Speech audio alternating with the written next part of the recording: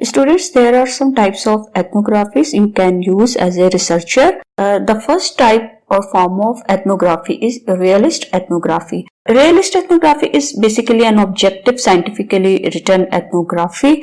in which a researcher narrate the study from third person point of view. वो क्यों उसको इस तरह करेगा, क्योंकि वो उसमें एक ऑब्जेक्टिविटी को मेंटेन करना चाहता है। वो रिसर्चर की कोशिश होती है कि वो एक पर्सनल बाइस से हटके,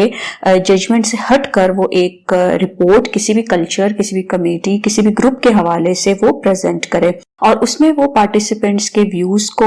बहुत ज्यादा कंसीडर करता है रिसर्चर, और रिसर्चर उनकी बेसिस पर इंटरप्रिटेशन भी देता है। तो इसमें बेसिकली आप देखेंगे कि एक बहुत उसने क्लोजली, रिसर्चर जो है क्लोजली ऑब्जर्व करता है पार्टिसिपेंट्स को, किसी कमेटी कैसे कमेटी फंक्शन कर रही है, उसके पूरे प्रोसीजर को अंडरस्टैंड करता है, लेकिन वो उसको रिपोर्ट इस वे में करेगा कि उसमें किसी भी तरह ये ना लगे कि उसकी अपनी कोई एक व्यूज या उसकी अपनी रिसर्चर की अपनी ओपिनियन जो है वो उस पर इन्फ्लुएंस कर रही है। अब एक सेकंड टाइप की एथनोग्राफी है, that is confessional ethnography. Confessional ethnography में रिसर्चर जो है basically he will describe the culture in first person voice. जैसे मैंने बताया कि रियलिस्ट एथनोग्राफी में रिसर्चर जो थर्ड पर्सन वॉइस में इसको प्रेजेंट करेगा, लेकिन यहाँ पर वो फर्स्ट पर्सन में करेगा। क्योंकि यहाँ पर एथनोग्राफर जो है वो फील्ड में जो उसके एक्सपीरियंसेस होते हैं उससे रिलेटेड उसकी अपनी क्या ओपिनियन है, उसको किस तरीके से उसको इंटरप्रेट करता है, उसको देखता है, उसको ऑब्जर्व करता है, वो अपने उन एक्सपीरियंसेस को प्रेजेंट करेगा। जैसे रिसर्चर एथनोग्राफर जो है वो प्रेजेंट करेगा स्टडी में कि I focused on that group and I explored that area at the time of observing the participants। तो इस तरह, इस अंदाज में कन्फेशनल एथनोग्राफी में रिसर्चर जो है वो उस रिपोर्ट को नरेट करेगा, उसको प्रेजेंट करेगा। इसी तरह एक और टाइप है life history ethnography, in which the researcher will study an individual with in a cultural context. अब जो भी उसमें एक पर्सन के हवाले से या किसी स्टडी को, किसी पर्सन की लाइफ हिस्ट्री को वो लेकर चलेगा, तो वो उसकी जो लाइफ हिस्ट्री होगी वो उस कल्चर कॉन्टेक्स्ट में या उस ग्रुप के साथ में होगी जिस पर रिसर्चर जो है एथनोग्राफर रिसर्चर जिस पर फोकस कर रहा है, वो उससे हटके नहीं करेगा। इस तरह तो वैरायटी की चीजें एक पर्सन की लाइफ से आपको रिलेटेड मिलेंगी, लेकिन वो उस कल्चर कॉन्टेक्स्ट में उस पर्सन के लाइफ एक्सपीरियंसेस क्या हैं, वो किस तरीके से उस लाइफ स्टाइल को उसने अडॉप्ट किया है, क्या क्या चीजें उसने इनकॉर्पोरेट की हैं, वो उस ग्रुप, उस कॉन्टेक्स्ट से रिलेटेड ही उस पर्सन को स्टडी करेगा और उसे नरेट करेगा। Autoethnography is another form or type of ethnography research method in which researcher will tell the life experiences। अब यहाँ पर ऑटोएथनोग्राफी का मतलब यही है कि how to analyse personal experiences in specific context of the surrounding culture. अब जो भी वहाँ पर एक कल्चर है उसमें पर्सनल एक्सपीरियंसेस कैसे हो रहे हैं, किस तरीके से जो है वो उसको एनालाइज किस तरह किया जाएगा और अपनी इंटरप्रिटेशन क्या है उसे वहां प्रेजेंट किया जाएगा। फिर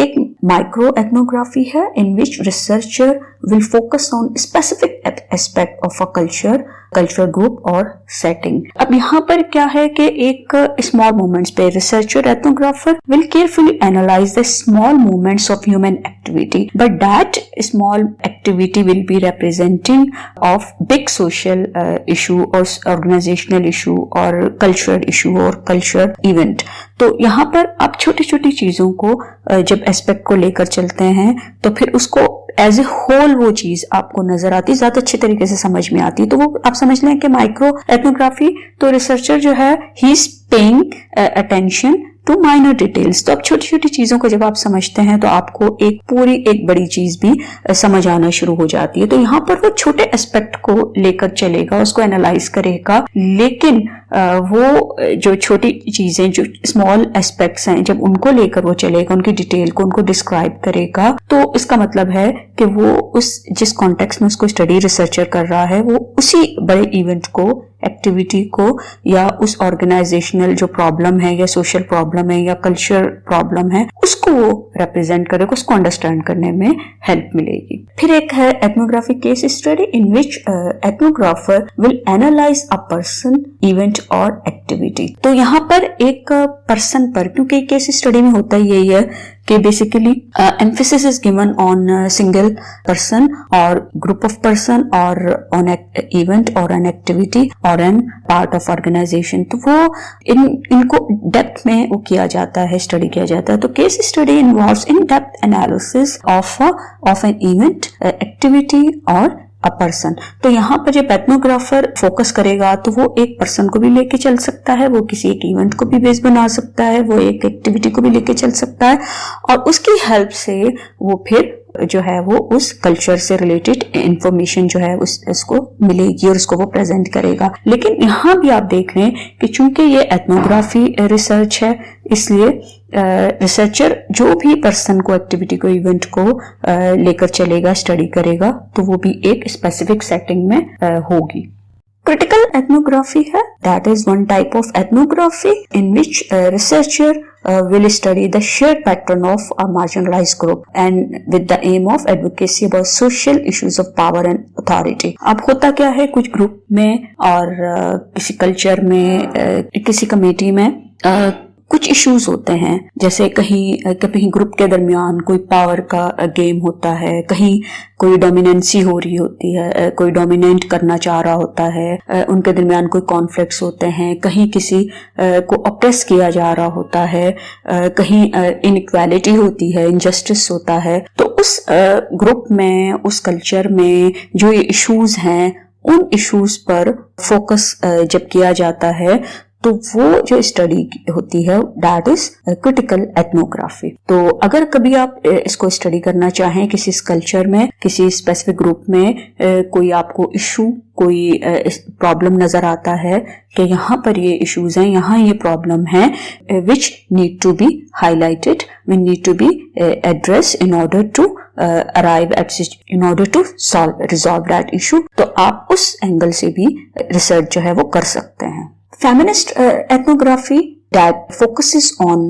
women and their issues। अब वो वुमेन की जो वुमेन पर जब आप स्टडी करते हैं तो एट दैट टाइम रिसर्चर और ethnographer will also focus on culture practices that serve to disempower और ऑप्रेस द वुमेन। अब यहाँ पर जो फेमिनिस्ट एथनोग्राफर होगा वो स्पेशली एक ग्रुप में, कल्चर में या किसी एक सेटिंग में वुमेन को, उनके इश्यूज को एड्रेस करेगा कि किस तरह उन्हें, उनके साथ जो है वो एक इनइक्वालिटी को किया जाता है या उनको उनके राइट्स के हवाले से या उनको ऑप्रेस किया जाता है या उनको अब्यूज किया जाता है या उनको यूज किया जाता है। जैसे सपोज अगर आप बेगरी को ले लें या जो लोग भीख मांगने में इस्तेमाल करते हैं, तो वहाँ आप देखें कि अगर आप इसको स्टडी करना चाहें कि किस तरह एक जो ग्रुप है वहाँ पर ख़वातीन को और बच्चों को किस तरीके से भीख मांगने पर या उन्हें उस काम पर लगाया जाता है, अगर उनमें से कोई खातून जो है वो विलिंग नहीं भी है तो भी उसे, चूंकि वो जो है वो she is the part of that group, तो अब उसको उसे ओबे करना है। तो इस तरह के भी आपको मसाइल जो है वो नजर आते हैं किसी एक कल्चर में, ग्रुप में। तो आप फेमिनिस्ट एथनोग्राफर के तौर पर उसको भी स्टडी कर सकते हैं। एथनोग्राफिक एक नॉवेल्स है, तो इसका मतलब है कि that will not be the realistic work, that will be the fictional work. अब फिक्शनल वर्क क्या होता है, that also focus on culture aspects of a group. अब अक्सर आप देखेंगे नॉवेल में बाज़ औक़ात किसी ग्रुप के हवाले से, किसी कल्चर के हवाले से नरेट किया जाता है कि वो वहाँ पर क्या किस तरह की प्रैक्टिस होती है, वहाँ पर क्या उनके सेरेमनीज कैसे होती हैं, उनके रिचुअल्स क्या हैं, वो किस तरह अपनी फैमिली को रेस करते हैं। तो वो सारा एक फिक्शनल फॉर्म में आपके सामने होता है। तो एथनोग्राफर रिसर्चर उन चीजों को लेकर भी, चूंकि वो एक रियलिस्टिक स्टोरी नहीं है, आपने स्पेशली किसी एरिया में जाकर किसी ग्रुप को बेस ऑब्जर्व करके से जो है वो स्टडी करके और उसकी ऑब्जर्वेशन की बेसिस पर आप इंटरप्रिटेशन भी दे रहे हैं। Basically you are creating that story, you are fabricating that story, लेकिन वो भी क्या होगी, एक ग्रुप से रिलेटेड होगी, कल्चर से रिलेटेड होगी। फिर एक और टाइप है एथनोग्राफी की, पोस्ट मॉडर्न एथनोग्राफी। अब इसमें क्या होता है कि basically that is an ethnography return to challenge the problems in our society that have emerged from a modern emphasis on progress and marginalised individual. अब होता क्या है कि जब एथनोग्राफर ट्रेडिशनल वे में चीजों को स्टडी कर रहा होता है तो उससे हटकर भी कुछ डिवाइसेस या टेक्नोलॉजीज जो हैं वो इस तरह की यूज होती हैं, क्योंकि वक्त के साथ जो है सोसाइटी में चेंजेस आती रहती हैं, तो न्यू टेक्नोलॉजी होती है, न्यू डिवाइसेस होती हैं। तो जब आप उन चीजों को भी रिसर्च में आप यूटिलाइज करते हैं तो being a researcher you have to encounter some challenges. तो वो जो चैलेंजेस, जो प्रॉब्लम्स, जो इशू रेज होते हैं, आप उनको बेस बनाकर भी जो है वो स्टडी कर सकते हैं कि इन चीजों की वजह से और इस मॉडर्निज्म की वजह से जो है इसको रिपोर्ट करने में इस तरह के मसाइल जो है वो हमें हो रहे हैं। तो ये तो थी डिफरेंट टाइप्स की, और आपने करेक्टरिस्टिक्स भी देखी, उसको अंडरस्टैंड किया। आई होप कि आपको इनकी एथनोग्राफी रिसर्च समझ आई होगी कि ये होती क्या है और आप किस किस तरह इस रिसर्च मेथड को यूज कर सकते हैं। चलें हम अब देखते हैं कि एथनोग्राफी रिसर्च के एडवांटेजेस क्या हैं। अगर आप इसको करते हैं तो in what ways this research method can benefit you and scientific audience as well. Ethnography research provides you a comprehensive perspective regarding a phenomena, regarding a culture or a group. तो आप देखें कि एक डिफरेंट एंगल से, एक बड़े comprehensive angle से आप चीजों को अंडरस्टैंड करते हैं, क्योंकि आप जो वहां पर्सपेक्टिव प्रेजेंट कर रहे हैं ये कोई लेमैन का पर्सपेक्टिव नहीं है, एक आम आदमी का पर्सपेक्टिव नहीं है, ये एक रिसर्चर का है। रिसर्चर एक जब रियलिटी में, एक रियल सिचुएशन में पार्टिसिपेंट्स को ऑब्जर्व कर रहा है, कल्चर को ऑब्जर्व कर रहा है कि वहां किस तरीके से लोग जो हैं वो जिंदगी गुजारते हैं, उन पर कौन कौन सी फैक्टर्स जो इन्फ्लुएंस हो रहे हैं, उनकी प्रैक्टिसेस, कौन सी चीजें उनके दरमियान बहुत अच्छी हैं, कौन सी चीजें गलत हैं, क्या चीजें गलत हैं, किस तरह हैं। तो एक पर्सपेक्टिव के साथ वो उन चीजों को प्रेजेंट करता है और वो बड़ा एक कॉम्प्रिहेंसिव, एक बड़ा एक साइंटिफिक होता है और आप उसको बड़े अच्छे तरीके से एनालाइज करके करते हैं। लेकिन देखें, जब हम डेली लाइफ में किसी भी कल्चर, किसी भी ग्रुप के हवाले से जब हम कोई बात करते हैं तो हम एक आम आदमी की हैसियत से हम कहते हैं ना कि ये देखें,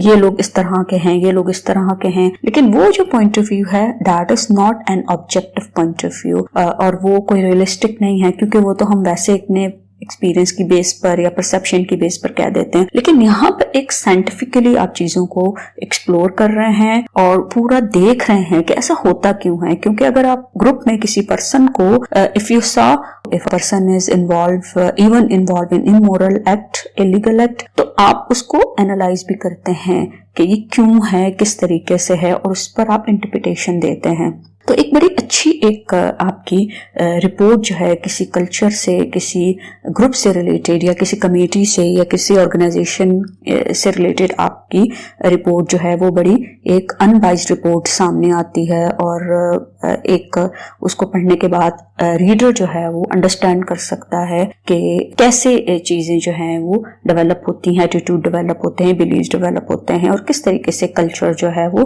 प्रिवेल करता है सोसाइटी में। फिर इसका एक और फायदा ये है कि researcher observe behaviour in natural environment. अब यहाँ पर आप देखें, अगर आप सिर्फ एथनोग्राफी नॉवेल को से हटकर अगर आप बात करें तो हर जगह पर, हर टाइप की आपको जो रिसर्च है एथनोग्राफी की जितनी टाइप्स हैं, आपको हर जगह पर रिसर्चर जो है वो आपको नजर आएगा observing the participants in natural setting. तो वो उस जगह पे जाते हैं ना, ethnographer researcher is required to visit the site where participants are living and working. तो वहां पर जब आप जाते हैं, देखते हैं, तो that is a natural environment और बड़े एक रियलिटी बेस्ड वर्क है। तो आपको एथनोग्राफी